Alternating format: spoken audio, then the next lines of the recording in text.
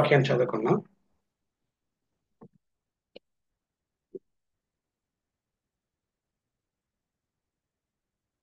మత్తయి సువార్త 13వ అధ్యాయం 44వ వచనం నుంచి 49 50 వచనం చదువుతారు ఎవరైనా? 44 నుంచి 50 వచనం.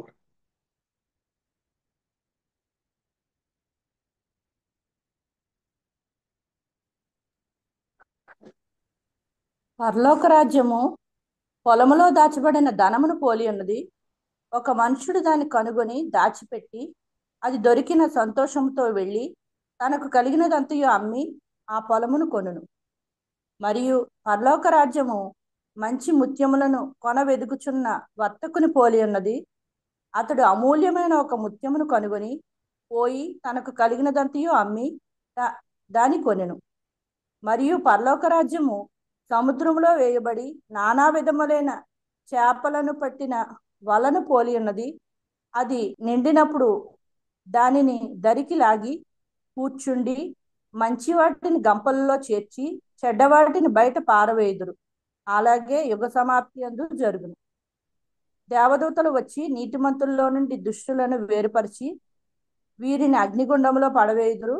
అక్కడ ఏడ్పును పండ్లు కొరుకుటయు ఉండును. చిన్న ప్రార్థన చేద్దామమ్మా. తండ్రి, మీకు వందనాలు, స్తోత్రాలు ప్రభా. ఈ సాయంకాల సమయాన్ని మీరు ఆస్వాదించండి. మా ఆత్మ సంబంధమైన ఎదుగుదలకి ప్రభా, మీ లేఖనాలతో సహవాసం అనేది మాకెంతో ప్రయోజనకరం చేయమని, మీరు మాత్రం మహిమ పొందుకోమని యేసు పరిశుద్ధ నామములో ప్రార్థన చేస్తున్నాను తండ్రి. ఆమేన్. సో మత్తయి సువార్తలో మనకు తెలిసిన విషయం ఏంటంటే, పరలోకం నుంచి దిగి వచ్చిన యేసు ప్రభు వారు నోరు విప్పి పరలోకం గురించిన కొన్ని ఆసక్తికరమైన విషయాల్ని మనం చెప్పుకుంటూ వస్తున్నాడు ఆయన. మనం చూసినట్లు 24 వచనంలో పరలోక రాజ్యంలో ఒక పొలంతో పోలి ఉన్నది, ఒక పొలాన్ని ఉదాహరించి అని చెప్తున్నాడు. ఇంకా మనం 37 వచనం చూసినట్లయితే, సో ఆ యొక్క పరలోక రాజ్యము ఒక ఆవగించిన పోలి ఉందని చెప్తున్నాడు. 33 వచనంలో ఒక స్త్రీ తీసుకొని పిండంతయు పులిసి పొంగు వరకు 3 కొంచెంల పిండిలో దాచి పెట్టిన పులండి పిండిని పోలి ఉన్నదని చెప్తున్నాడు. అలాగే మనం ఆ 44 వచనం చూసినట్లయితే, పరలోక రాజ్యము పొలములో దాచిపడిన ధనము పోలి ఉన్నదని చెప్తున్నాడు ఆయన. 45 వచనంలో పరలోక రాజ్యము మంచి ముత్యములను కొన వెదుకుచున్న వర్తకుని పోలి ఉన్నదని, 47 వచనంలో పరలోక రాజ్యము సముద్రంలో వేయబడి నానా విధములైన చేపలను పట్టిన వలను పోలి ఉన్నది అని ఆయన పరలోక రాజ్యం గురించిన విషయాల్ని ఆయన మనకి బోధిస్తున్నాడు. వాస్తవానికి పరలోకం గురించిన విషయాలు భూమి మీద ఉన్న మనకి ఎంత చెప్పినప్పుడు కూడా పాపం కలిగించే భ్రమలో మనం ఉన్నాం కాబట్టి పరలోక సంబంధం విషయాల వైపు మనసు వెళ్ళదు. బైబిల్ అన్ని రకాలుగా అనేక విధాలుగా పరలోక రాజ్యం యొక్క గొప్పతనం, పరలోక రాజ్యం యొక్క ఔన్నత్యాన్ని మనకు బోధిస్తున్నప్పుడు కూడా మన మనసంతా కూడా భూమి మీదే కాన్సన్ట్రేషన్ చేయబడి ఉంది.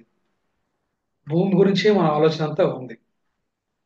అందుకే ఆయన పరలోక గురించి విషయాలు చెప్తున్నప్పుడు కూడా ఆ పరలోక రాజ్యం యొక్క మర్మాలను మనం గ్రహించాలంటే ముందు మనం వెలిగింపబడాలి, మనకు అర్థం కావాలి.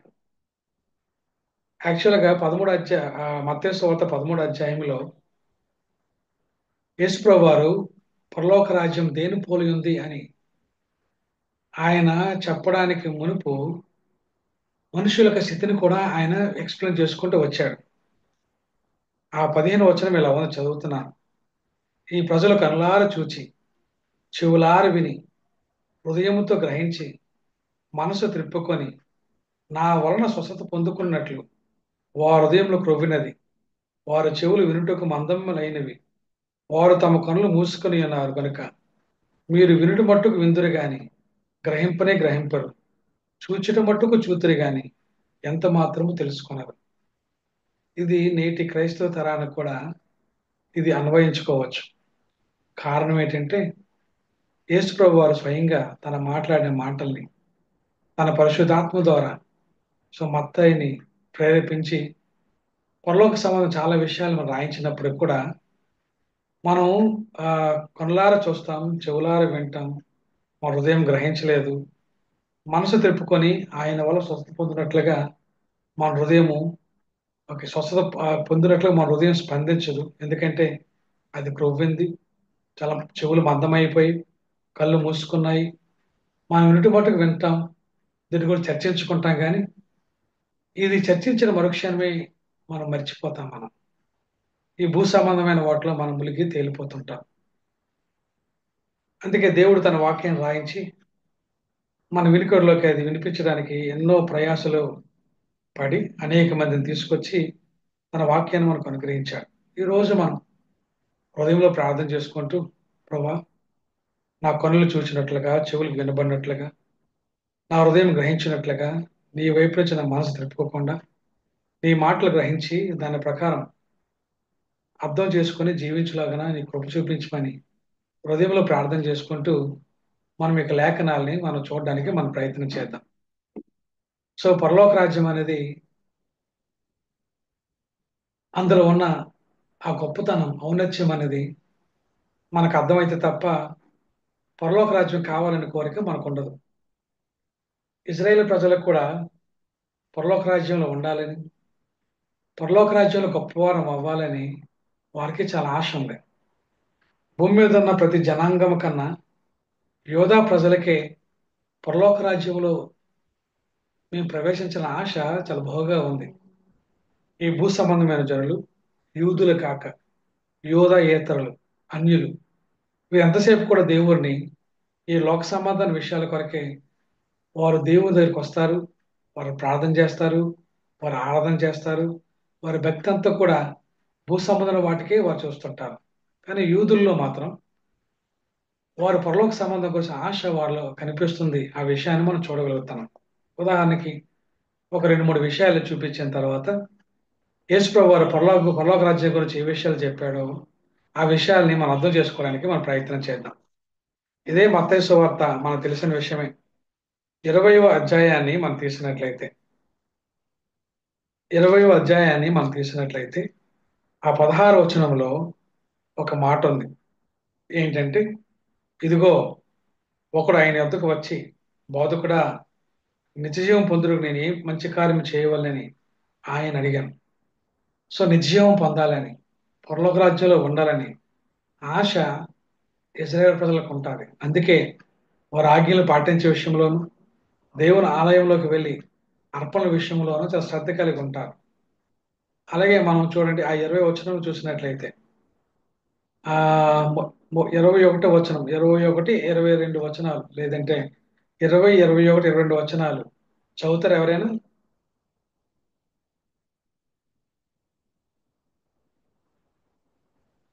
రిఫరెన్స్ చెప్పండి నాకు. 20వ అధ్యాయము, మత్తయి సువార్త 20 అధ్యాయము, 20 వచనం, 21, 22.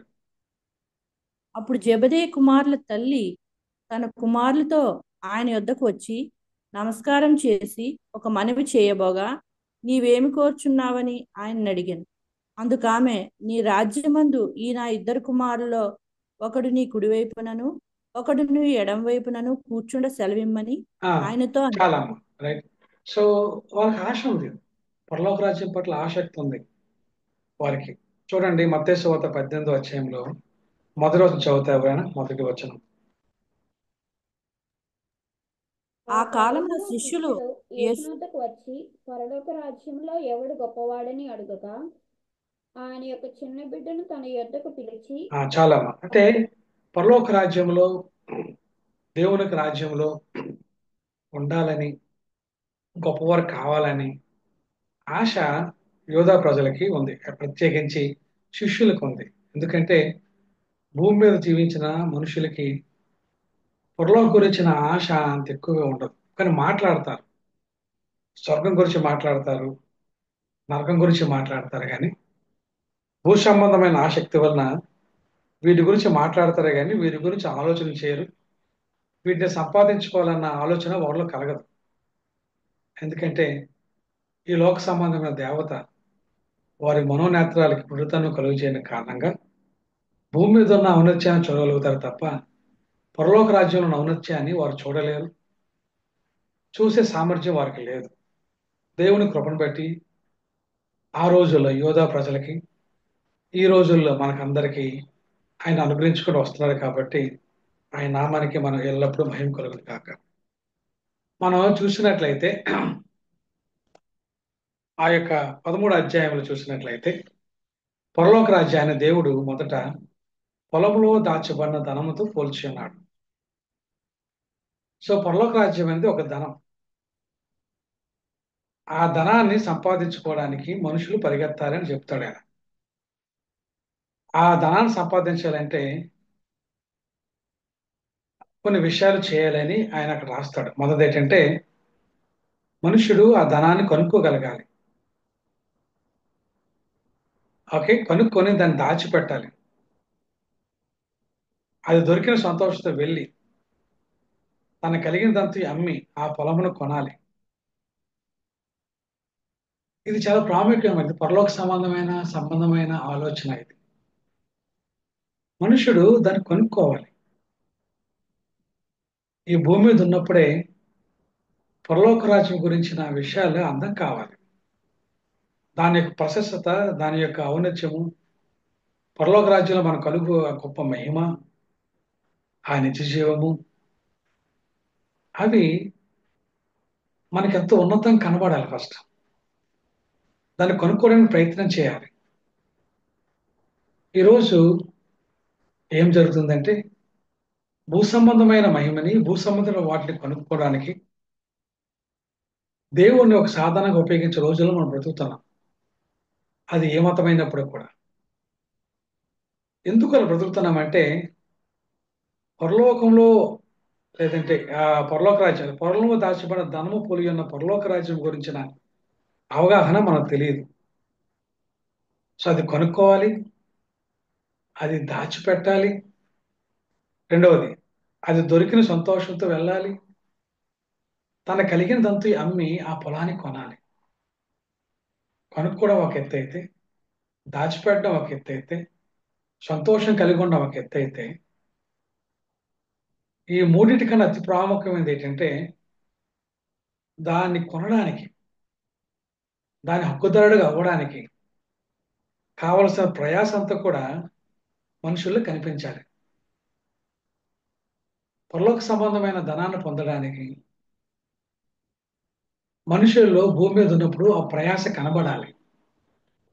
ఆ ప్రయాస ఎప్పుడు కనబడుతుందంటే పరలోక రాజ్యం యొక్క ఔన్నత్యం అర్థమైతే తప్ప, యేసు మనకు అనుగ్రహించిన ఆ యొక్క గొప్ప ఆ ఆ శ్వాస మనకు అర్థమైతే తప్ప ఈ భూమి మీద దాని కొరకు మనం ప్రయాసపడలేము.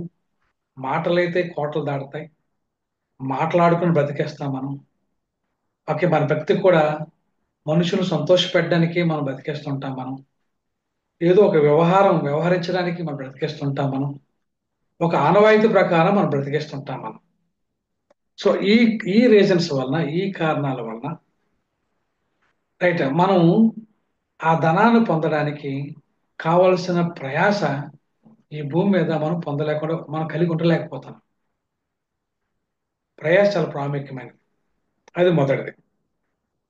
రెండవది ఏంటంటే మరియు పరలోక రాజ్యము మంచి ముత్యములు కొన వెదుకుచున్న ఒక వర్తకుని పోలి ఉన్నది అన్నాడు. రైట్, వర్తకుడు ఏం చేస్తాడంటే, వర్తకుని యొక్క పని ఏంటంటే రైట్ లాభం పొందడం. పరలోక సంబంధమైన లాభం పొందడానికి ఒక వర్తకుడి యొక్క మైండ్ అంతా ఆక్యుపై అవుతుంది. ఒక వర్తకుని యొక్క ప్రయాస అంతా కూడా దాని మీదే, పరలోక సంబంధమైన లాభం పొందాలని ట్రేడ్ ఆఫ్ చేస్తాడు. సో ఇక్కడ ఆయన అంటాడు, అతడు అమూల్యమైన ఒక మృత్యును కనుక్కొని పోయి తను కలిగినదంతా అమ్మి దానిని కొనును అన్నాడు. కాబట్టి ఆశ ఉండడం కాదు ప్రాముఖ్యమైనది, దాన్ని పొందుకోవడానికి భూమి మీద మనం చేస్తున్న ప్రయాసం ఏంటో కూడా మనకు అర్థం కావాలి. నో డౌట్ యేసుక్రీస్తు యందు విశ్వాసం మూలంగా మన నీతిమంతులుగా తీర్చబడుతున్నాం. మన పరలోక రాజ్యం అడుగు పెట్టబోతున్నాం. మనం అడుగుపెట్టిన పరలోక రాజ్యంలో ఉన్న సంపద, ఆ స్వాస్థ్యం ఆ ఔన్నత్యం, ఆ మహిమ నిన్ను పొందుకోవాలనుకుంటే భూమి మీద ఉన్నప్పుడే ఆ ప్రయాస అనేది కనపడాలి. అందుకే దేవుడు మనం పుట్టించాడు.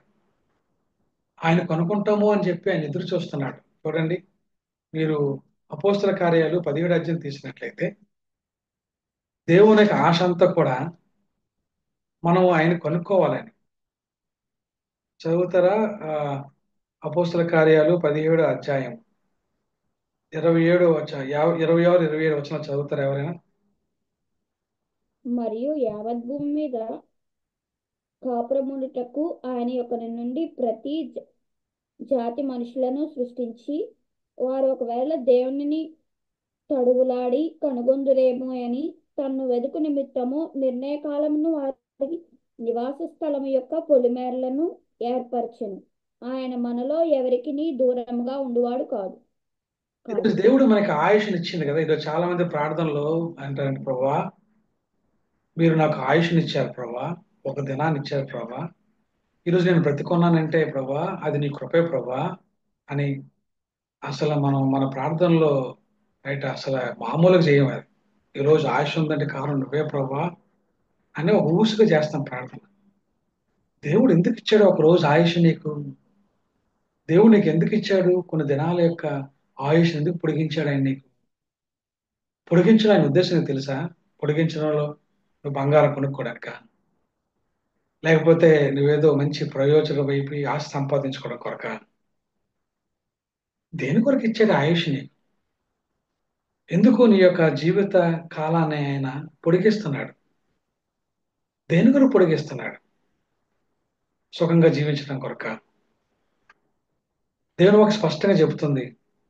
దేవుడు అనుగ్రహించే ప్రతిరోజు కూడా దేవుడు ఎందుకు అనుగ్రహిస్తున్నాడంటే, అయ్యో పరలోక రాజ్యంలోని సంపద నువ్వు సొంతం చేసుకోవడానికి మరొక దినం నీకు అవకాశం ఇస్తున్నా. నువ్వు తడువులాడు, నీకు అది కనపడదు. నీకు ఇచ్చిన ఒక రోజంతా నువ్వు తడువులాడు, వెతుకు, వెతుకు, అది వెతుకు.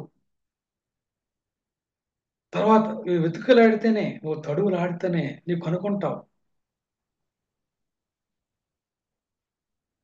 రైట్. సో అందుకోసమే ఒక నిర్ణయం నీకు ఏర్పాటు చేశాను. నువ్వు ఈ భూమి మీద ఉన్నప్పుడు ఎంతగా తడువులాడి ఆ పరలోక రాజ్యాన్ని కనుక్కుంటావో, పరలోక రాజ్యం యొక్క ధనాన్ని కనుక్కుంటావో, ఆ ధనం నీ కొరకు పరలోకి ఎదురు చూస్తుంటారు. ఎందుకు ఆయుష్ కోరుకుంటున్నావు? ఎందుకు ఎవరైనా సరే మరణశయ్య మీద ఉన్నప్పుడు మరొక రోజు బ్రతకాలని ఎందుకు కోరుకుంటున్నావు? ఇంకొక రోజు జీవించాలని ఎందుకు కోరుకుంటున్నావు? ఇంకో రోజు జీవించి ఏం సాధిస్తావు?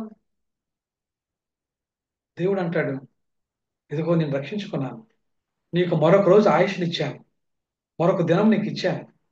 ఈ ఆయుష్, ఈ దినం నీకు ఎందుకు ఇచ్చానంటే తడువులాడు, కనుక్కో. అందుకే నీకు నిర్ణయ కాలం పెట్టాను నేను. వాస్తవానికి ఈ సందర్భం అనేది ఆ యొక్క ఏథెన్స్ వారులు అన్యజనుల ప్రజలను ఉద్దేశించి అయినప్పుడు కూడా, బట్ మనం ఒక ఆధ్యాత్మిక అర్థాన్ని మనం తీసుకోవాలి. దాని నుంచి మనం కూడా నేర్చుకోవాలి. ఒకటి, దేవుడు మన ఆయుష్ను పొడిగిస్తున్నప్పుడు ఈ భూసంలో సుఖంగా బ్రతకాలని కోసం కాదు. ఓకే, లోకము దాని ఆశ గతించిపోతుంది, దేవుని చిత్తం మాత్రమే నిరంతరం నిలిచిపోతుంది. అలాంటి దేవుని చిత్తం మీద నిలబడడానికి దేవుని సంబంధమైన ఆ యొక్క ధనాన్ని మనం వెతుకలాడాలి. ఒకడు వెండిని వెతుకున్నట్లుగా వెతుకలాడాలి. సో అలా వెతుకలాడడానికే దేవుడు ఒక రోజుని మనం పొడిగించాడు, మన ఆయుష్ కాలాన్ని మనకి ఇచ్చాడు. ఇది క్రైస్తవులు మరచి, మనం మరచి దినాల్ని వ్యర్థపరుస్తూ, రోజుల్ని వ్యర్థపరుస్తూ, రైట్, సంతోషంగా ఉండాలని చెప్పి దేవుడు అనుగ్రహించి ఎప్పుడైతే మనం కష్టపడతామో మన దినాలు మనం లెక్కించగలుగుతాం. ఈరోజు భూ సంబంధం వాడి కోసం ప్రయాసపడ్డ వలన, ప్రోకలాడడం వలన దేవుడు ఇచ్చిన ఒక దినాన్ని మనం వృధాగా చేసుకొని, ఓకే దేవుడు కృపగలిగినాడు కాబట్టి నీకు ఇచ్చిన దినాల్లో ఏదో ఒక దినమైనా సరే పరలోక దినం సంపాదన కోసం ఆశ చూపిస్తావు నేను ఎదురు చూస్తుంటే, సో దేవుణ్ణి లోక సంపాదన కొరకు మనం ఉపయోగించుకొని మన ప్రార్థనలంతా కూడా లోక సంపాదన కొరకే మనం ప్రాకులాడుతుంటే ఆయన ఇచ్చిన ఆయుష్ని మనం వ్యర్థపరుస్తున్నాం. ఆయన ఇచ్చిన జీవితకాల ఈ యొక్క ఈ యొక్క ఆ ఈ యొక్క దినాల్ని మనం వ్యర్థపరుస్తున్నాం, వేస్ట్ చేస్తున్నాం. Right, we are missing our ways. పరలోక రాజ్యంలో సంపాదన మనం మిస్ అయిపోతుంది ప్రతిరోజు కూడా, మనం తడురాని కనుక్కోపోతే. ఇదే మాట ఆయన మనం చదివాం చూసారండి, ఆ నిత్య జీవం పొందిన ఆయనకి కూడా ఆయన ఇదే మాట చెప్పాడు. నీకు బాగుంది, నువ్వు పరలోక రాజ్యంలో రావాలని నువ్వు చాలా ఆశపడుతున్నావు. కానీ ఆశపడితే సరిపోదు కదా. నీకు ఇచ్చిన దినాన్ని ఉపయోగించుకొని నువ్వు వెతకలాడి కనుక్కొని దాని కొరకు నువ్వు ప్రయాసపడాలి కదా. ప్రయాసపడితే కదా నీకు అక్కడ పరలోక నీ ధనం చేకూరుస్తుంది. నో డౌట్, యేసుని విశ్వాసం ఉంచావు, పరలోక రాజ్యంలో అడుగు పెడతావు. అందులో ఏమి కూడా రైట్ మనం సెకండ్ థాట్లోకి వెళ్ళనవసరం లేదు. ఎందుకంటే క్రియల వల్ల కాదు, దేవుని యొక్క మహాకృపను బట్టి యేసు ప్రభు చెందిన రక్తంలో మనకందరూ కూడా సంపూర్ణ విడుదల కలిగింది. కానీ పరలోక రాజ్యం అనేది భూమే నీకు ఎంత అందం కనిపిస్తే, భూమే నీకు ఎంత సౌందర్యం కనిపిస్తే, భూమే నీకు ఎంత ఇంత ధననిధిగా నీకు కనిపిస్తుంటే, మరి పరలోకం అది ఎంత సౌందర్యము, అది ఎంత ధననిధి కలిగి ఉంది. మరి దాన్ని పొందుకోవడానికి రైట్ మనం ప్రయాసపడుతున్నామా? ఇదే మాట ఆయన మత్తయి సువార్త 19వ అధ్యాయంలో ఒక వ్యక్తి వచ్చి, బోధకుడా, నిత్యం పొందుటకు నేను ఏ మంచి కార్యం చేయవలని అని అడిగాను. అందుకు ఆయన, నువ్వు జీవంలో ప్రవేశింపగోరిన యెడల ఆజ్ఞల్ని గైకొనమని చెప్పాడు. నువ్వు ఆజ్ఞలు గైకొను, వచ్చేస్తా అని చెప్పి అన్ని ఆజ్ఞలను పాటిస్తాను అంటాడు ఆయన. ఇది ఒక పని చేయి, కానీ నీకు పరలోకంలో సమృద్ధైన ప్రవేశం నీకు కలగాలంటే, నీకు మంచి ధనం కలగాలంటే, రైట్, నువ్వు కనుక్కున్నావు కదా, నన్ను కనుక్కున్నావు కదా, ఒక పొలాన్ని పోలి ఉంది కదా, ఆ పొలంలో ధననిధి ఉంది కదా, నువ్వు కొనుక్కున్నావు, దాన్ని దాచిపెట్టావు, నువ్వు సంతోషిస్తున్నావు కూడా. ఒకరు సంతోషించినట్లయితే వెళ్ళి నీదంతా అమ్మి ఏం చేయాలి, నువ్వు వచ్చి ఆయన వెంబడించమని చెప్పాడు. కానీ చూడండి అక్కడ అంటాడు 27వ వచనంలో, అందుకు యేసు, నువ్వు పరిపూర్ణుడు ఒకడు కోరిన యెడల పోయి నీ ఆస్తి నమ్మి బీదలకి ఇమ్ము, అప్పుడు పరలోకమందు నీకు ధనం కలుగును, నువ్వు వచ్చి నన్ను వెంబడించమని అతనితో చెప్పాను. అయితే ఆ యవ్వనుడు మిగులు ఆస్తి గలవాడు కనుక ఆ మాట విని వ్యసనపడుచు వెళ్ళిపోయాను. పరలోక రాజ్యం నిధి గురించి, పరలోక రాజ్యం యొక్క ప్రయాసం మనలో ఉంది అనడానికి మనం పరీక్షించుకోవచ్చు. దేవుడు నీకు ఇచ్చిన సమయంలో 24 గంటల్లో నువ్వు దేని కొరకైతే ఖర్చు పెడుతున్నావో, ఎక్కువ శాతం దేనికోసం ఖర్చు పెడుతున్నావో అది నీ గురి, అది నీ గమ్యం. ఒకవేళ దేవుడు నీకు ఇచ్చిన కాలాన్ని కేవలం భౌతికమైన వృద్ధి కొరకు నువ్వు పనిచేస్తున్నావంటే అదే నీకు ఆశ. పరలోక రాజ్యం కన్నా నీకు భూమి మీద ఉండాలని నీకు ఆశ ఎక్కువ ఉంది. కానీ నీకు ఇచ్చిన 24 గంటల సమయంలో దేవుని కొరకు, దేవుని పరిచర్య కొరకు, దేవుని బిడ్డల కొరకు నువ్వు ఎంత టైం స్పెండ్ చేస్తున్నావో ఆ సమయం తెలియజేస్తుంది నీకు పరలోక రాజ్యం పట్ల ఆశ ఉందో లేదని చెప్పేసి. దేవుడు నీకు ఇచ్చిన ధనంలో, నీకు ఇచ్చిన జీతంలో నువ్వు ఎంత ఎంత మనీని నువ్వు దేవుని కొరకు ఖర్చు పెడుతున్నావో, దేవుని పని కొరకు ఖర్చు పెడుతున్నావు, దేవుని సువార్త కోసం ఖర్చు పెడుతున్నావు, దేవుని పరిచర్య కోసం ఖర్చు పెడుతున్నావు, నువ్వు స్పెండ్ చేసే ఆ యొక్క మనీ విల్ ఎక్స్ప్లెయిన్, అది తెలియజేస్తుంది నీకు పరలోక రాజ్యం గురించి ఎంత ఆశ నీలో ఉందో అని చెప్పేసి. సో వాక్యం నేర్చుకోవడానికి, వాక్యం గురించి ప్రయాసపడడానికి, వాక్యం తెలుసుకోవడానికి రైట్ నీకు ఆ వాక్యించే వ్యక్తుల పట్ల నీకు ఎంత గౌరవం ఉందో దాన్ని బట్టే తెలియజేస్తుంది ఓకే నీకు వాక్యం పట్ల ఎంత ప్రేమ ఉందని చెప్పి. ఈరోజు పరలోక రాజ్యం ఆశ అయితే ఉంది, కానీ పరలోక రాజ్యం గురించి ప్రయాసపడే విషయంలో మనుషులు వారి యొక్క సమయాన్ని కానీ రైట్ వారి యొక్క ధనాన్ని కానీ వారికి ఉన్న ఆ రిఫరెన్స్, ఆ గౌరవాన్ని కూడా సరైన విధంలో వాళ్ళు డివైడ్ చేయకపోతే ఈ యొక్క యవనస్తుల్లాగే ఇది నిజాలు చదువుంటాం కదా మనం. చదవడం అనేది ఇతరులు చెప్పడం కోసం కాదు, లేకపోతే ఏదో కథ చదివే ఉన్నట్లు కాదు. దేవుడు పరలోక సంబంధమైన ప్రతి మాటని ఆయన వివరించుకుంటూ వచ్చాడు. ఈయనకి దేవుని ఆజ్ఞలు పాటించి మమ అనిపించి, దాని అర్థం ఏంటంటే ఏదో ఒక యాదృచ్ఛికంగా ఒక మెకానికల్ గా దేవాలయంకి వెళ్ళిపోయి కొన్ని రిచువల్ చేసేసి పరలోక రాజ్యం నాదే, పరలోక రాజ్యం నాదే అని ఎంతేసే మనస్తత్వం వాళ్ళది. ఈనాటి మన క్రైస్తవులాగా వాళ్ళు అంతే. ఆదివారం వచ్చేసరికాలను జస్ట్ చర్చిలో కనపడగానే వాళ్ళు ఏమనుకుంటారంటే పరలోక రాజ్యం రుమాలు వేసాను, ఖర్చు వేసాను, పరలోక రాజ్యం నాదే నాదే అని.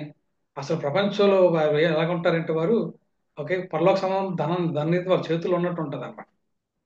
వారు ఇచ్చింది ఆదివారం మాత్రమే ఇస్తారు వారి సమయం. వారు దేవునికి ఇచ్చిన వారి సంపాదన దేవునికి ఇచ్చింది పెద్దగా ఏమీ ఉండదు, ఆయన పరిచర్యకి ఖర్చు పెట్టింది ఏమి ఉండదు. ఇంకా వారు ఎదగాలని చెప్పి దేవుని ప్రార్థన చేయమని చెప్తారు. పాస్టర్ దగ్గరికి వస్తారు, మా చేతిలో వందలు పెడతారు, ప్రభా మాకు ఇలా ధనం అభివృద్ధి పొందాలి, మా ఇల్లు కట్టాలి అని మా కోసం ప్రార్థన చేయండి అంట. వారు బ్రతికంతా ఇది బ్రతికే.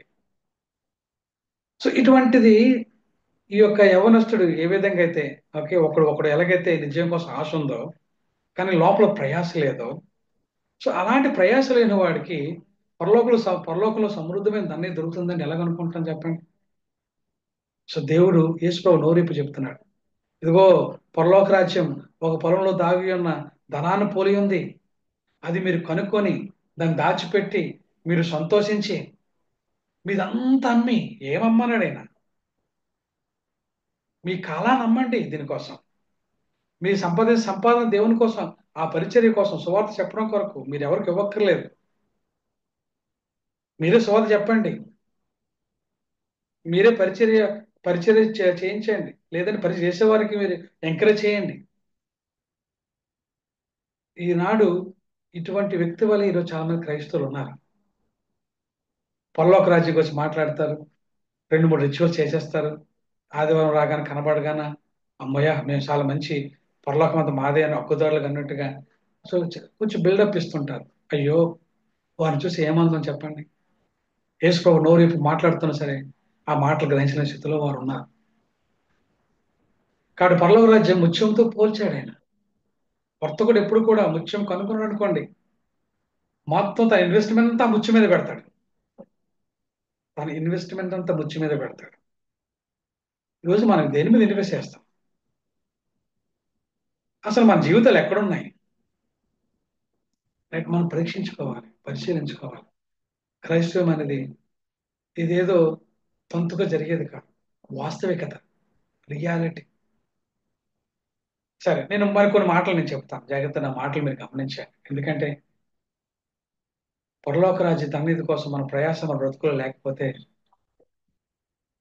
యవనస్తుడా గుర్తుపెట్టుకోండి, you are missing a lot, missing a lot. సాంప్రదాయవాదులు, ఏదో చర్చ్ గోయర్స్ మిమ్మల్ని మిస్లీడ్ చేస్తారు, మిమ్మల్ని మభ్య పెడతారు. ఆ వల్ల చిక్కుకండి, వాక్యాన్ని చదవండి, సాంప్రదాయ సంబంధమైన విషయాలు పక్కన పెట్టండి, దేవుని వాక్యంలో ఎదగండి. మరొక మాట నేను చూపిస్తాను, కొన్ని మాటలు నేను చెప్తాను. సరే, ఇప్పుడు మనం ఆ 18వ వచనంలో మనం చదివాం కదా, మత్తయి సువార్త 18వ అధ్యాయంలో. రైట్, పరలోక రాజ్యం ధన్యత గురించి అంటే ఏంటి, గొప్పవాడు మనం కూడా పరలోక రాజ్యం గొప్ప వాళ్ళు ఉంటారు కదా. చాలా మంది ఏమనుకుంటారంటే పరలోక రాజ్యం అందరూ ఈక్వల్ అండి అనుకుంటారు. వాక్యం అలా చెప్పడం లేదు, వాక్యం అలా చెప్పడం లేదు. జాగ్రత్తగా అది గమనించండి. ముందుగా నేను ఒక మాట చూపించిన తర్వాత రైట్, తర్వాత నేను ఎందుకు ఆ మాట చెప్పవలసి వచ్చిందో నేను మీకు చెప్తాను. ఒక మాట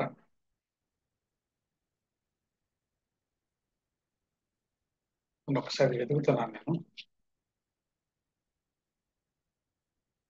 మత్తయి సువార్త 11 అధ్యాయము 11, 12 వచనం చదువుతారమ్మా ఎవరైనా? 11, 12 వచనం.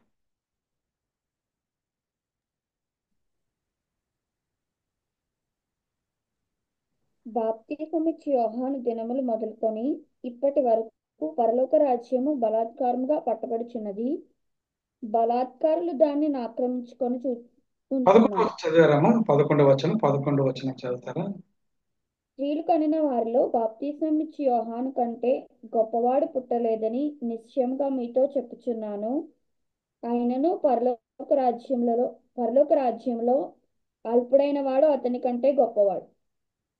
అది గుర్తుపెట్టుకోండి. భూ సంబంధమైన వ్యక్తి. దేవుడు యోహానేమి తగ్గించి చెప్పలేదు అన్నమాట. నేను మరొకసారి ఎప్పుడైనా దీని గురించి మాట్లాడతాను. భూమి మీద పుట్టిన వారిలో, స్త్రీ కన్య వారిలో యోహాన్ అనే వ్యక్తి ఆయనంత నిష్టగా, ఆయనంత ఆసక్తితో జీవించేవారు కూడా ఎవరూ లేరు. ఆయన అంత స్వశక్తితో, అంత నిష్టగా ఆయన ఉన్నాడు. ఆయన అలాంటి భూ సంబంధమైన వ్యక్తి భూమి మీద ఉన్నప్పుడు ఆయన కంటే గొప్పవాడుగా ఆయన చాలా గొప్పవాడుగా కనిపిస్తాడు కదా. కానీ భూ సంబంధంలో ఉన్న వ్యక్తి, దేవుడు ఈ మాటలు చెప్తున్నాడు. భూ సంబంధంలో ఉన్న వ్యక్తి ఆచారాల్ని అన్నిటినీ చక్కగా పాటించిన వ్యక్తి, ప్రజల చేత చాలా గొప్పవాడుగా కనిపించిన వ్యక్తి, భూమి మీద ఉన్న వ్యక్తి గురించి మాట. పరలోకంలో యోహాను యొక్క స్థానం చాలా గొప్పది. భూమి గురించి ఆయన ఆయన మాట్లాడుతున్నాడు. భూమి చక్కగా కనబడాలని వ్యక్తుల్లో ఆయన కనబడుతున్నాడు. పరలోక రాజ్యం అల్పుడైన వాడు అతని కంటే గొప్పవాడు. ఆయన రెండింటిని పోలిస్తున్నాడు. గుర్తుపెట్టుకోండి, ఇది అపార్థం చేసుకోకండి. పరలోక రాజ్యంలో అల్పుడైన వాడు భూమి మీద ఉన్న యోహాన్ లాంటి వారి కంటే గొప్పవాడు అని అర్థం.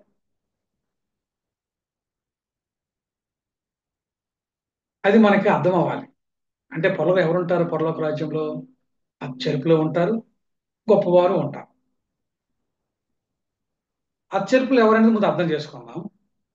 గొప్పవారు ఎవరనేది కూడా అర్థం చేయడానికి ప్రయత్నం చేద్దాం. ఈ రెండు విషయాలు ఇప్పుడు మనం అర్థం చేయడానికి ప్రయత్నం చేసి ఈ సాయంకాలం ఈ యొక్క దీన్ని మనం ముగిద్దాం. మనం జాగ్రత్తగా మాటలు వినండి. మనం వాస్తవికతలో బ్రతకాలి, సత్యంలో బ్రతకాలి. మన సత్యమంతు ప్రతిష్ఠించబడాలనే యేసు తను ప్రదర్శించుకున్నాడు. యోహాను సువార్త 17వ అధ్యాయంలో చెప్తాడు. రైట్. జస్ట్ ఇది మీకు పోల్చి చెప్పాను, దీని గురించి వివరించలేదు మీకు నేను. సో పరలోక రాజ్యంలో అల్పులైన వాడు యోహాను కంటే గొప్పవాడు. భూమి మీద ఇలా నిష్ఠ చేసిన వానికంటే ఆయన చాలా గొప్పవాడు అని చెప్పి. మనం ఒకసారి మత్తయి సువార్తలోకి వెళ్తే 8వ అధ్యాయంలోకి వెళ్తే, మనం 7వ అధ్యాయంలోకి వెళ్తే, క్షమించండి అమ్మా, 6వ అధ్యాయంలోకి వెళ్తే, 6 కాదు 5 అధ్యాయంలోకి వెళ్తే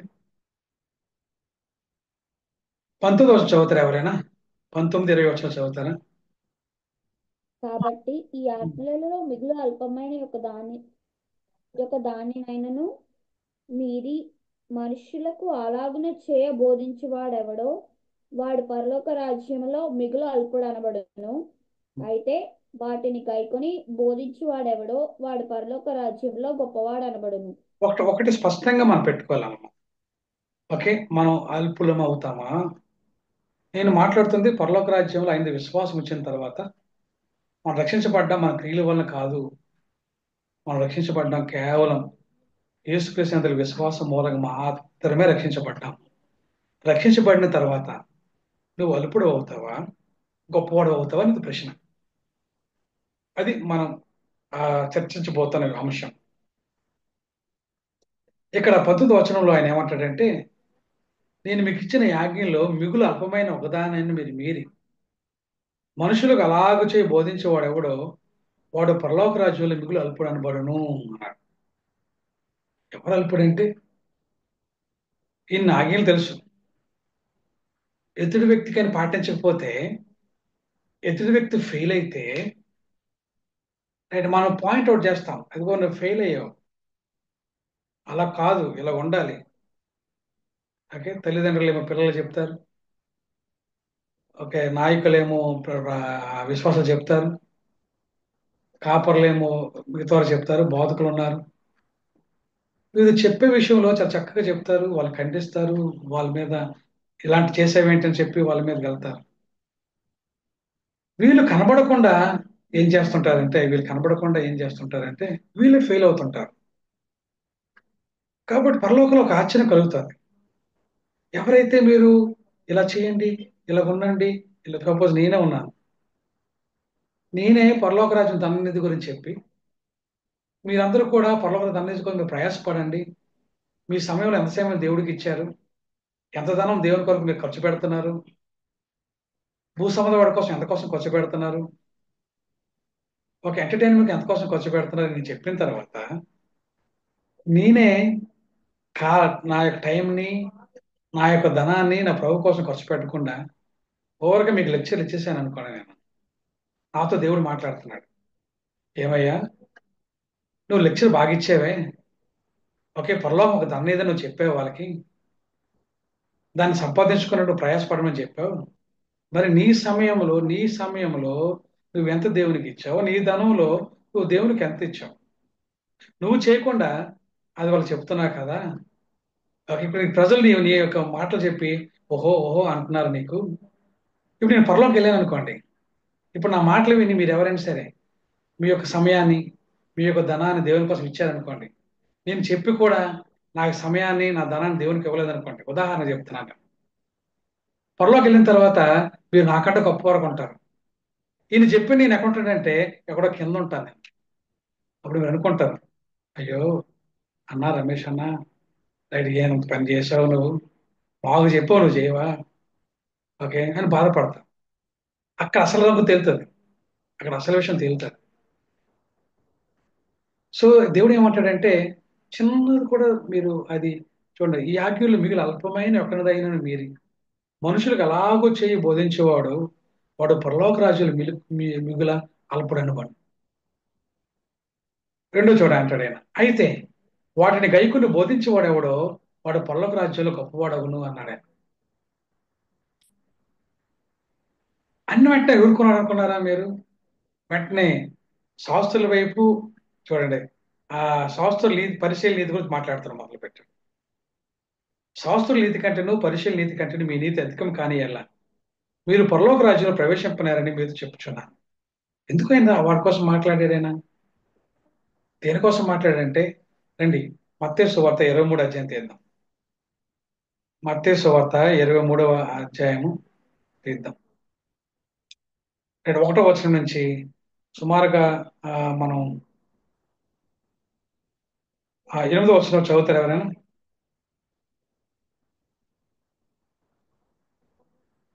అప్పుడు యేసు జనసమూహములతోనూ తన శిష్యులతోనూ ఇట్లనెను, శాస్త్రులను పరిసయ్యులను మోషే పీఠమందు కూర్చుండువారు గనుక వారు మీతో చెప్పు వాటినన్నిటినీ అనుసరించి గైకొనుడి, అయినను వారి క్రియల చొప్పున చేయకుడి. వారు చెప్పుదురే గాని చేయరు. మోయనశక్యము కాని భారమైన బరువులు కట్టి మనుష్యుల భుజముల మీద వారు పెట్టుదురే గాని తమ వ్రేలితోనైనా వాటిని కదిలింపనొల్లరు. మనుష్యులకు కనబడి నిమిత్తము తమ పనులన్నీ చేదురు, తమ రక్షరేకులు వెడల్పుగాను తమ చెంగులు పెద్దవిగాను చేయుదురు. విందులలో అగ్రస్థానములను, సమాజ మందిరములలో అగ్రపీఠములను, సంత వీధులలో వందనములను, మనుష్యుల చేత బోధకులని పిలువబడుటయు కోరుదురు. మీరైతే బోధకులని పిలువబడవద్దు, ఒకడే ఒకడే మీ బోధకుడు, మీరందరూ సహోదరులు. యేసుప్రభు వారు వారి హృదయాన్ని చూస్తాడు కదా, నీతులు శాస్త్రుల పరిశీలన వారు భలే బోధిస్తుంటారు. కానీ వారు పరలోకంలో ఒకవేళ వెళ్తే వారు అల్పులు మాత్రమే. ఎందుకంటే వారు చెప్పుతారే గాని చేయరు. వారు చెప్తారే గాని వారు చేయరు. ఈ భూమి మీద నాకు తెలిసి నాకు ఎప్పుడు కూడా భయం వేస్తుంటది ఈ మాటలు చెప్తున్నప్పుడు. ఇంత చెప్తున్నాను కదా, నేను ఎక్కడ అత్యల్పునైపోతానని భయం వేస్తుంటది. పరలోక రాజ్యం ప్రవేశం గ్యారెంటీ, అగ్గిలో తీయబడినట్టుగా తీస్తాం మనం. రైట్, అది పెద్ద సమస్య కాదు. కానీ అత్యల్పుడు అయిపోతాను భయం భయం మీ చాలా మంది బోధకులు లేదు, చాలా మంది కాపర్లు లేదు ఈ భయం. ఈ భయం ఉంటే వేరే రకంగా ఉంటారు. ఈ భయం లేకపోవడం వల్లనే ఈరోజు ఓకే వారి మాటలు కోటలు దాడుతున్నాయి, చేతులు కనీసం గుమ్మం కూడా దాటడం లేదు, ఒక అడుగు కూడా ముందుకు వేయడం లేదు. మనం వాళ్ళకు ఉండకూడదు సుమా, మనం వాళ్ళకు ఉండకూడదు. కాబట్టి పరలోక రాజ్యంలో ఎవరు అత్యల్పుడు అంటే, కాబట్టి ఈ ఆజ్ఞలో మిగులు అల్పమైన ఒక దానిని మనుషులకు అలాగూ చేయి బోధించేవాడు ఎవడో వాడు పరలోక రాజ్యం మిగులు అల్పుడు అనబడను. అయితే వాటిని గైకుని బోధించేవాడెవడో వాడు పరలోక రాజ్యంలో గొప్పవాడు అనబడు. శాస్త్రుల నీతి కంటేను పరిశీల నీతి కంటేను నీ నీతి అధికం కాని ఎడల మీరు పరలోక ప్రవేశింపరని మీరు చెప్పుచున్నాను. శాస్త్రులు పరిశీలక నీతి, బయటికి కనబడి నీతి, వాగే నీతి, నీతులు చెప్పే నీతి, ఏదో పెద్ద నీతిమంతులుగా చెప్పే నీతి, అలా ఉండకూడదు మన నీతి. అలా అలా ఉంటే మనం ప్రవేశించలేము. ఇది మొదటిది. రెండోది చెప్తాను చూడండి. రెండో విషయం కూడా మీ గమనంలోకి తీసుకొస్తాను నేను. రండి, మనం ఇప్పుడు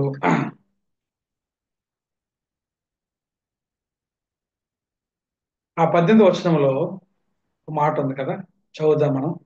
ఆ ఏముందంటే 11వ వచనం నుంచి ఆ 4వ వచనం వరకు ఉంటది. చదువుతారు ఎవరైనా? 1వ వచనం 4వ వచనం. ఆ కాలమున శిష్యులు యేసునొద్దకు వచ్చి పరలోక రాజ్యంలో ఎవడు గొప్పవాడని అడుగుగా ఆయన యొక్క చిన్న బిడ్డను తన యొద్దకు పిలిచి వారి మధ్యన నిలవబెట్టి ఇట్లనెను, మీరు మార్పు నొంది బిడ్డల వంటి వారైతేనే గాని పరలోక రాజ్యంలో ప్రవేశింపరని మీతో నిశ్చయముగా చెప్పుచున్నాను. కాగా ఈ బిడ్డ వలె తన్ను తాను తగ్గించుకుని వాడెవడో వాడే పరలోక రాజ్యంలో గొప్పవాడు. చాలా. సో దేవుడు ఏం కోరుకుంటున్నాడంటే, పరలోక రాజ్యంలో గొప్పవాడు అవ్వాలంటే తన తాను తగ్గించుకోవాలి అనేది దేవుని యొక్క ఆలోచన. ఇది పరలోక సంబంధమైన ఆలోచన. యేసు ప్రభువుని పోలి నడవాలనేదే మనుషులకి ఇవ్వబడిన ఒక మాదిరి. యేసు అడుగుజాడల్లో, యేసు ఇచ్చిన మాదిరిలో నడవాలన్నదే ఒకే దేవుని యొక్క చిత్తం. ఇది జాగ్రత్తగా ఈ మాటలు పట్టుకోండి. మరల మరల ఈ మాటలు వినండి. ఫిలిప్పులు రాసిన పత్రిక 2వ అధ్యాయంలో ఒక మాట ఉంటుంది. దేవుడు ఏర్పరిచిన మాదిరిని మనం జ్ఞాపకం చేసుకోవాలి. ఫిలిప్పులు రాసిన పత్రిక 2వ అధ్యాయం తీసినట్లయితే మనకు అందరూ తెలిసిందే, అయినా ఒక విషయాన్ని మీకు చెప్పదలుచుకున్నాను నేను. రెండవ అధ్యాయంలో, 2వ అధ్యాయం చూడండి. ఏముందంటే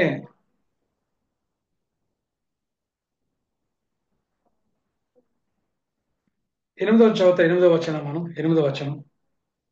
మరియు ఆయన ఆకారమందు మనుష్యుడుగా కనపడి ఉమ్, మరణం పొందినంతగా ఆయన శిలువ మరణం పొందినంతగా విధేయత చూపిన వాడై ఉమ్, తన్ను తాను తగ్గించుకొనెను. ఉమ్. సో ఏం చేశాడైనా, తను ఏం చేశాడైనా తగ్గించుకున్నాడు కదా. ఇది మాదిరి. పరలోక రాజ్యంలో మనం ప్రవేశించాలంటే, రైట్, ఇది ఇది ఇది మనకున్న ఆ మాదిరి ఇది మనకి. అప్పుడు దేవుడు ఏం చేశాడంట చూడండి. ఎప్పుడో తగ్గించుకున్నాడు, దేవుడు ఏం చేశాడంట 9వ వచనంలో, 2వ అధ్యాయం 9వ అందుచేత వచనం. ఉమ్, అందుచేతను ఉమ్, పరలోకమందున్న వారిలో గాని భూమి ఉమ్, మీద ఉన్న వారిలో గాని ఉమ్, భూమి క్రింద ఉన్న వారిలో గాని ఉమ్, ప్రతి వాని మోకాలును ఉమ్, యేసు నామమున వంగునట్లును ఉమ్, ప్రతి వాని నాలుకయు తండ్రి అయిన దేవుని మహిమార్థమై ఉమ్, యేసుక్రీస్తు ప్రభువుని ఉమ్, ఒప్పుకున్నట్లును ఉమ్. దేవుడు ఆయనను అధికముగా హెచ్చించి ప్రతి నామమునకు పైనామమును ఆయనకు అనుగ్రహించాను. చాలండి. ఇప్పుడు మనం దేవుని వాక్యం మనం చదువుతున్నాం కదండి. యేసు ప్రభు వారు మనకు మాదిరి. ఆయన ఆయన అడుగుల్లో మనం నడవాలి. ఆయన మార్గంలో మనం నడవాలి. ఆయన ఏం చెప్పాడంటే, ఆయన ఆయన యొక్క తగ్గింపులో 4 ప్రాముఖ్యమైన అంశాలు ఉంటాయి. ఆయన తగ్గింపులో మొదటిది ఏంటంటే, ఆయన దేవునితో సమానుడు. ఆయన దేవునితో సమానుడు. ఆయన దేవునితో సమానుడు అయినప్పుడు కూడా ఆయన తను తాను బాగా తగ్గించుకున్నాడు. ఆయన ఎంతగా తగ్గించుకున్నాడంటే అంతగా తగ్గించుకోలేదు. ఫస్ట్ దేవుడు, తర్వాత మనుషుడయ్యాడు, తర్వాత ఆ ఆ, దాసుడయ్యాడు, తర్వాత శాపగ్రస్తుడయ్యాడు. ఇంకెంతకన్నా తగ్గించుకోవడానికి ఇంకేం లేదండి. యేసుప్రభు ఎంతకన్నా తగ్గించుకోవడానికి ఇంకేం లేదు. ఉంటే తగ్గించుకుంటాడు ఆయన. ఆయన తగ్గించుకోవడానికి ఏం లేదు. అర్థమైందండి. ఆయన తగ్గించుకోవడానికి ఇంకా ఏమి కూడా లేదు. అందువలన ఆయన ఏంటంటే దేవుడు ఆయన ఏం చేసి భూమి మీద తగ్గించుకున్నాడు కాబట్టి ఆయన హెచ్చించాడు. ఆయన హెచ్చించాడు ఆయన బాగా. రైట్. తర్వాత చూడండి, నేను ఎందుకు ఈ మాటలు చెప్తున్నానంటే అండి, ఇక్కడ మనం చిన్నపిల్లలు మనం తగ్గించుకోండి. చూడండి ఆయన ఏమంటాడు, ఆయన మీరు మార్పు నుండి బిడ్డల వంటి వారు అయితే గాని పరలోక రాజ్యంలో ప్రవేశింపరని మీరు నిజంగా చెప్పుచున్నాను. కాగా ఈ బిడ్డ వలె తను తను దక్కించుకున్నవాడు ఎవడో వాడే పరలోక రాజ్యంలో గొప్పవాడు అన్నాడు.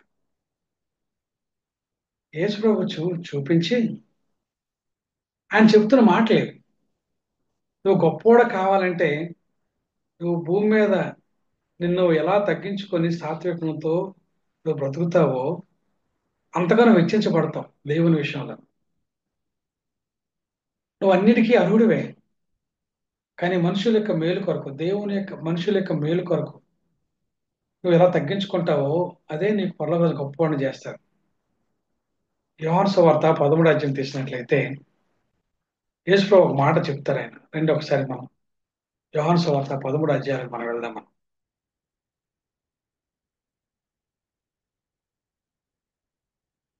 యోహాను సువార్త 13వ అధ్యాయం 12వ వచనం 12వ వచనం నుంచి 17 వచనం చదువుతారా? 12 నుంచి 17 వచనం 12 నుంచి 17 వచనం చదువుతారా?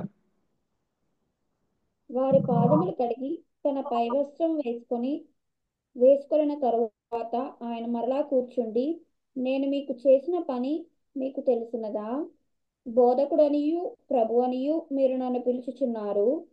నేను బోధకుడను ప్రభువును గనుక మీరిట్లు పిలుచుట న్యాయమే. కాబట్టి ప్రభువును బోధకుడునైన నేను మీ పాదములు కడిగిన ఎడల మీరును ఒకరి పాదములను ఒకరు కడగవలసినదే. నేను మీకు చేసిన ప్రకారము మీరును చేయవలెనని మీకు మాదిరిగా ఇలాగు చేసితిని. దాసుడు తన యజమానుని కంటే గొప్పవాడు కాడు, పంపబడినవాడు తన్ను పంపిన వాని కంటే గొప్పవాడు కాడని మీతో నిశ్చయముగా చెప్పుచున్నాను. ఈ సంగతులు మీరు ఎరుగుదురు గనుక వీటిని చేసిన ఎడల మీరు ధన్యులగుదురు. జాగ్రత్తగా వినండి అమ్మా.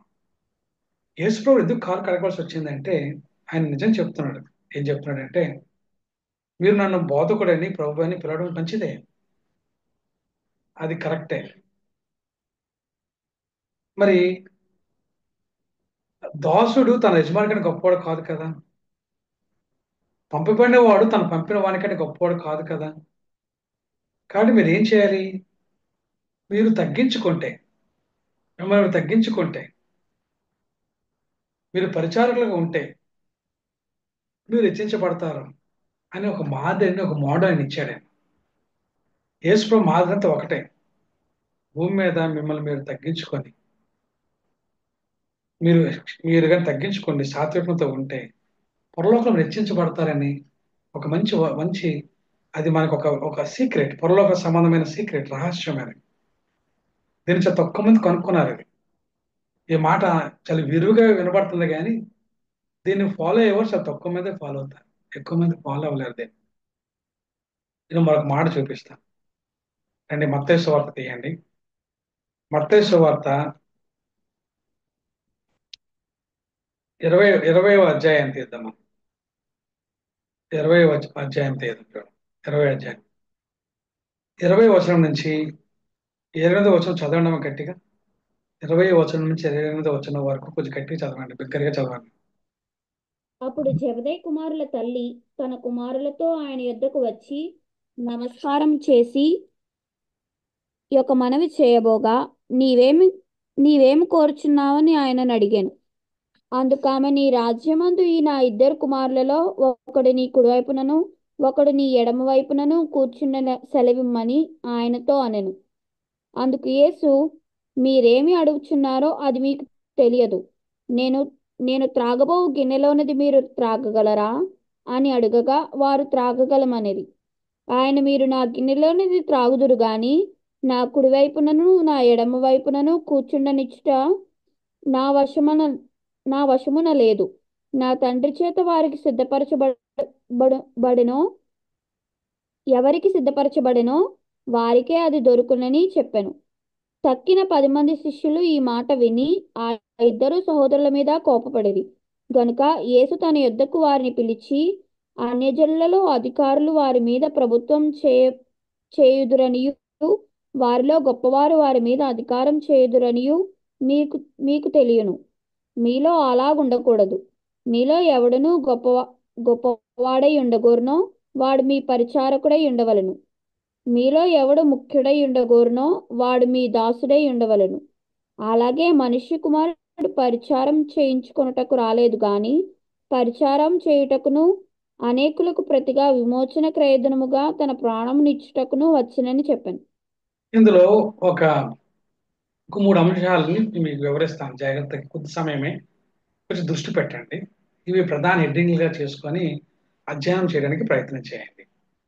సో మొదటిది ఏంటంటే, పరలోక రాజ్యంలో గొప్పవారు అవ్వాలన్న ఆశ ఒకే జబదయి కుమారులు, ఒకే తల్లికి కుమారులకు ఉంది. వాళ్ళ పరలోకంలో గొప్పవారు అవ్వాలని ఆశ ఉంది. ఈ ఆశని స్వాగతిద్దాం. వారు దేవుని ప్రార్థన చేశారు. ఆయన కూడా మనం విన్నాడు. ఆయన కూడా సంతోషించాడు. కానీ ఆయన ఏం చెప్పాడంటే, ఈ పరలోక రాజ్యంలో రెండో విషయం గురించి మాట్లాడుతున్నాం. మొదటి విషయం ఆసక్తి మంచిది. అయితే గొప్పవారు అవ్వాలంటే దానికి మీరు ప్రయాసపడాలి. ఎలా ప్రయాసపడాలంటే, ఈ లోకం ఉన్న అధికారులాగా మీరు ఉండాలనుకుంటే అవదు. చూడండి అంటాడు ఆయన 25వ వచనంలో, కనుక యేసు తన యొద్దకు వారిని పిలిచి, అన్ని జనుల అధికారులు వారి మీద ప్రభుత్వం చేయదురని, వారిలో గొప్పవారు వారి మీద అధికారం చేయదురని మీరు తెలియను. మీరు అలా ఉండకూడదు. మీరు ఎవడు గొప్పవాడి ఉండగోరునో వాడు మీ పరిచారకుడిగా ఉండవలను. మీరు ఎవడు ముఖ్యుడో ఉండగోరునో వాడు మీ దాసుడిగా ఉండవలను. కరెక్టే, నేను గొప్ప చేస్తాను. భూలోకంలో అవకాశం ఉంది మీరు చేయడానికి. నువ్వు గొప్పవాడు అవడానికి ఇప్పుడు మీరు నాకు అడిగారు, ప్రయాస లేదు మీలో, మిమ్మల్ని మీరు తగ్గించుకోలేదు. మీరు గొప్పవారు అవ్వాలని కోరుకుంది, మీరు తగ్గించుకోలేదు. నన్ను అడుగుతున్నారు, నేను ఎలా మిమ్మల్ని పెట్టుకుంటాను నా కుడి వైపున వెనక వైపున? ఒకవేళ మీరు ప్రయాసపడకపోతే, మిమ్మల్ని తగ్గించుకోకపోతే, పరిచారం చేయకపోతే మీరు ఎలాగొస్తారు? ఒకవేళ ఇంకొకరు ఎవరో మీకన్నా తగ్గించుకొని మీకన్నా పరిచారం చేసి రైట్ వచ్చారనుకోండి, నా తండ్రి వాళ్ళకి ఇస్తే నేనేం చేయాలి చెప్పండి? కాబట్టి మీకు గొప్ప స్థానం ఇవ్వాలంటే, భూమి మీద ఉన్నప్పుడు దేవుడు మీకు ఆయుష్ని ఇచ్చాడు. ఆయన ఏం చేయాలో చెప్తున్నాడు. ఏం చేయాలో చెప్తున్నాడు. యేసుప్రభు మాదిరిని ఇచ్చాడు, అడుగుజాలు ఇచ్చాడు, దీన్ని నడమని చెప్తున్నాడు. మనం అంతా కూడా ఎప్పుడు కూడా రైట్ ఆదివారం చర్చికి వెళ్ళిపోయాము, మా పరలోకం వచ్చింది. ఆదివారం చర్చికి వెళ్ళిపోయాము, పరలోకం వచ్చేసాం. కానీ దేవుని మాటలు ఏం చెప్తున్నాయో మా అర్థం కాకపోతే గొప్పలం ఎలా అవుతాం? పరలోకంలో గొప్పలం ఎలా అవుతాం మనం చెప్పండి? ఇంకా మనం ప్రాథమిక విషయాల మీద ఉంటామా మనం అంటూ మూడో విషయం బాగా చెప్తాడు ఆయన అంటారు. నేను కూడా తగ్గించుకున్నాను. ఎందుకు తగ్గించుకున్నాను కదా తెలుసా? ఎదుటివాడిని మేలు కొరకు, ఎదుటివాడిని క్షేమం కొరకు నేను ఎంతగా తగ్గించుకున్నానంటే, ఓకే, నా ప్రాణం నీలపాలు అయిపోయినా సరే పర్వాలేదు, అలా తగ్గించుకున్నాను నేను. అందుకు చూడండి, ఆ 28వ వచనం అంటాడు, అలాగే మనిషి కుమారుడు పరిచారం చేయించుకుని రాలేదు కానీ పరిచారం చేయుటకును అనేకులకు ప్రతిగా విమోచన క్రయధనముగా తన ప్రాణం ఇచ్చుటకును వచ్చనని చెప్పాను. సో ఆయన తనను మాదిరిగా చూపించాడు. ఇతర వ్యక్తికి మేలు కలుగుతుందంటే నన్ను నేను తగ్గించుకుంటాను. అందుకంటాడు, నీ సిలువును ఎత్తుకొని నన్ను వెంబడించాను. ప్రతి ఒక్కరికి సిలువ ఉంటుంది. నిన్ను ఏమంటారు ఆయన, మంచి మాట ఉపయోగిస్తాడు. నిన్ను ఏమంటారు ఆయన, నిన్ను తగ్గించుకొని ఏదో ఏదో పదం వాడతారు, అది నాకు రావడం లేదు. తమ్ముడు హెల్ప్ చేయ నాకు ఏదైనా. ఎవడైనా నన్ను వెంబడించి గోరనీయాల తాను తగ్గించుకొని ఆ పదం ఒక మంచి పదం వాడతారు. ఓకే, మనం ఉపేక్షించుకోకూడదు, తగ్గించుకోవాలి. మనం తగ్గించుకోవాలి, మనం కోల్పోవాలి. తగ్గించుకోవాలి, మనం కోల్పోవాలి. We should lost our selfs. ఇతరులకు మేలు వచ్చిందంటే, ఇతరులకు సువార్త చెప్పడం వల్ల పరలోక రాజ్యం వస్తుందని మనం తగ్గించుకోవాలి. ఇతరులకి శిష్యులుగా చేయడానికి వాళ్ళు బాగుపడతారు, మనం తగ్గించుకోవాలి. సో ఇతరుల మేలు కలిగే విషయం మనం తగ్గించుకున్నట్లయితే పరలోక రాజ్యంలో గొప్పవారు అవుతాం. ఇతరులకు పరిచారాలకు ఉన్నట్లయితే మనం పరలోక రాజ్యంలో గొప్పవారం అవుతాం. చాలా విషయాలు ఉన్నాయి మనం నేర్చుకోవడానికి. రైట్. సో ఈ కొద్ది మాటలు మన మనసులో పెట్టుకుందాం. పరలోక రాజ్యం అనేది అత్యలుడుగా ఉండకుండా నువ్వు గొప్పవాడిగా ఉండాలంటే దేవుడు చెప్పిన ఏ ఆజ్ఞలు కూడా నువ్వు మీరి ఇతరులు చెప్పడానికి ప్రయత్నం చేయకుండా నువ్వు చేసుకుంటూ ఇతరులు చెప్పినట్టుగా మనం ఉండాలి. రెండవది, పరిచారకులుగా ఉండాలి, తగ్గించుకోవాలి. అప్పుడు పరలోక రాజ్యం అనేది మనదే అవుతుంది. దేవుడి ఈ కొద్ది మాటలు తన వెనుకల్లో మన కొరకు దీవించును కాక. ఆమేన్.